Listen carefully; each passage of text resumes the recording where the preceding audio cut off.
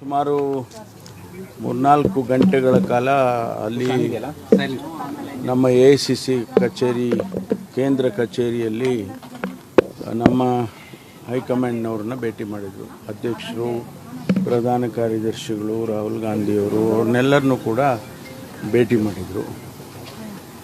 ಒಳಗಡೆ ಏನು ಚರ್ಚೆ ಆಗಿದೆ ಅನ್ನೋದು ನಮಗೆ ಯಾರಿಗೂ ಕೂಡ ಗೊತ್ತಿಲ್ಲ.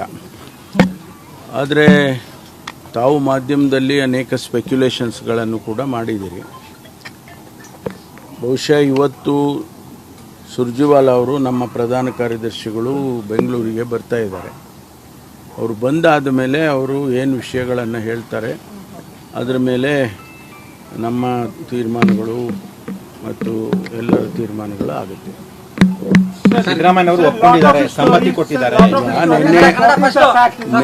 ನಿನ್ನೆ ದಿವಸ ಮಾಧ್ಯಮದಲ್ಲಿ ಮಾನ್ಯ ನಮ್ಮ ಪ್ರಧಾನ ಕಾರ್ಯದರ್ಶಿಗಳು KC ವೇಣುಗೋಪಾಲ್ ಅವರು ಹೇಳಿದ್ದನ್ನು ನಾವು ಪ್ರಸಾರ ಮಾಡಿದ್ದೀರಿ.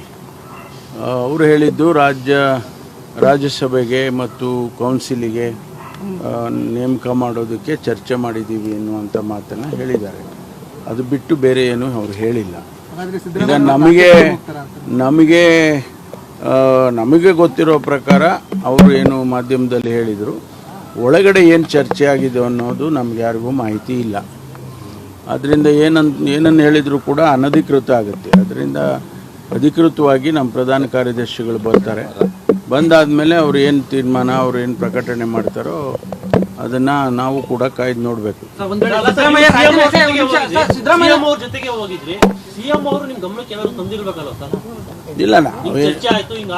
ಇಲ್ಲ ನಾವು ಅದೇನು ಮಾತಾಡಿಲ್ಲ. ಮೀಟಿಂಗ್ ಇಲ್ಲ, ಊಟ ಮಾಡ್ದು. ಯಾಕೆಂದ್ರೆ ನಾವು ಎಲ್ಲರೂ ಇರಬೇಕಲ್ವಾ. ಸೊ ಜಾರ್ಜ್ ಮನೆಗೆ ಹೋಗಿದ್ದು, ಅವರು ಒಳ್ಳೆ ಊಟ ಕೊಟ್ಟರು.